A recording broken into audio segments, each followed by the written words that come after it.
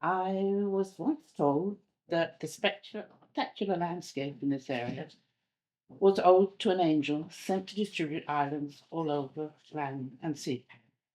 The angel arrived in Bic late in the day, very tired. He opened his cape and scattered the remaining islands all at once. That is how Bic was gifted with so many islands, creating a fantastic landscape, making the region so well loved. But I know this is not the true story.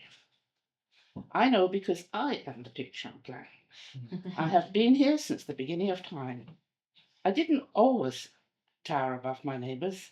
I didn't always have such a magnificent view up and down the river and inland across fields and peatlands.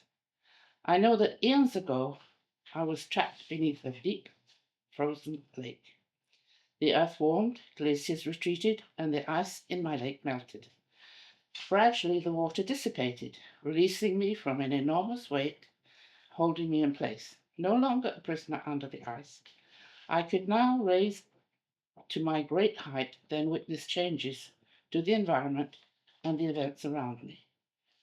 Gradually, a ridge running alongside the river rose up from sediment released from the receding lake. A steep slope faced the river. A gentler slope on the land side gradually took shape. Plants and trees would soon begin to emerge. Cliffs facing the frigid water were kept cold in the shadow, with cool breezes from the icy water. They had their own unique plants, only found in faraway, colder climates. Slopes facing inland were warmer, sunnier, shielded from the icy river water. Their plants were less fragile. A fertile land of great diversity and beauty now surrounded me. Creatures came to live in this vast, generous land in all different shapes and sizes,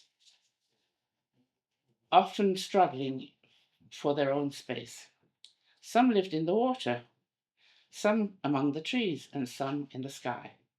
These creatures had their own ways of living and eating, but often fought amongst themselves. I began to see people exploring, looking for food, then fighting with other groups of their kind. Much of the time, they lived in harmony, sharing the rich offerings of the land, coming and going as the days got shorter and colder, then again as the days lengthened. The newcomers captured fish and whales. All species of birds passed by as the days cooled down in the fall, returning in the spring after the cold, long, cold, dark period. Little islands made it easy for animals to cross the bay.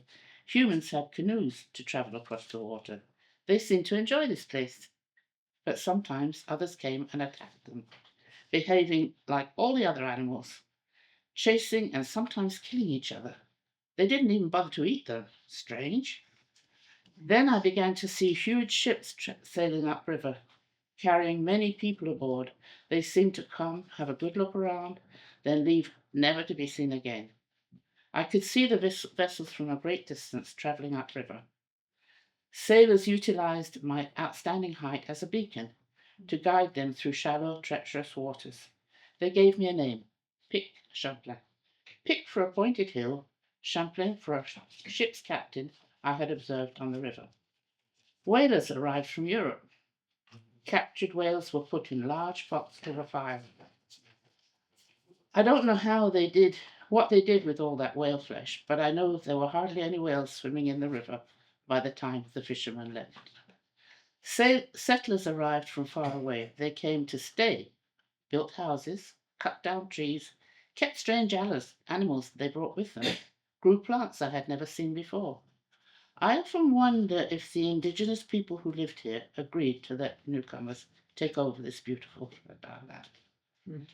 Life was peaceful here, though I heard there was a lot of fighting and killing amongst the newcomers upstream. Everything quieted down after a while.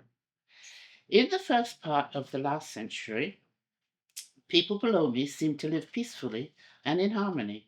A few summer cottages, occupied during the warmer months of the year, a working farm, a family of fishermen. The pressure on my surroundings was minimal, but others decided to take the land from these people, forcing them to move elsewhere. Their territory was taken over and is now a provincial park. The objective of the park is preservation, but to maximize earnings, they maximize the number of visitors.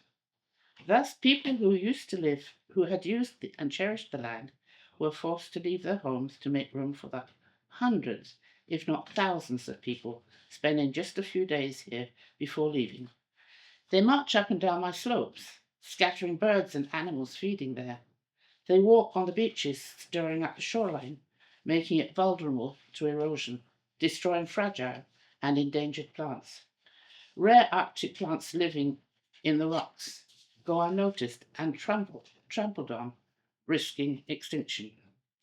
Roaming dogs disturb nesting shorebirds. How long can this continue before everything is destroyed? Mine is such a tiny territory, now accessible to so many people. The time has come for a reliable protection to be provided for me and my surroundings. The time to provide guarantees that we will no longer be invaded and desecrated. This land needs guardians and a strong contract protecting the outstanding diversity of our landscape. The River Magpie, not far from here, just across the river, has been granted personage status guaranteeing the following rights. The Magpie is a river well known by Innu people, and I do have the name, but I can't remember it. The right to live, to exist, this is the rights the Magpie River has just been granted. The right to live, to exist, and to flow free. The right to the respect for its natural cycles. The right to evolve naturally, to be protected and preserved. The right to maintain its natural biodiversity. The right to perform its natural functions within its ecosystem. The right to maintain its integrity. The right to be free from pollution. The right to generate and be restored. The right to sue. Interesting. This designation is a stunning achievement for the river and for those who love it, making sure that it remains unspoiled and accessible. It is a river that flows for 277 kilometers through Quebec's North Shore. From my great height, dominating my surroundings, I am aware of the harm so many visitors inflict on our vulnerable landscape. We need to ensure that there will always be a haven to which migrating birds can return and rest before continuing their journey, for resilient animals to reside in and flourish, so that the calls of birds and mammals fill the air, that plants from minuscule to almost unseen to the tallest trees have a place to call their own. And the shores echo the gentle swishing of an incoming tide on a calm day and the thunderous beat of stormy water surging upstream. The provincial park is tiny, not vast enough to support such intense pressure on its fragile environment. Must we wait until it's beyond repair?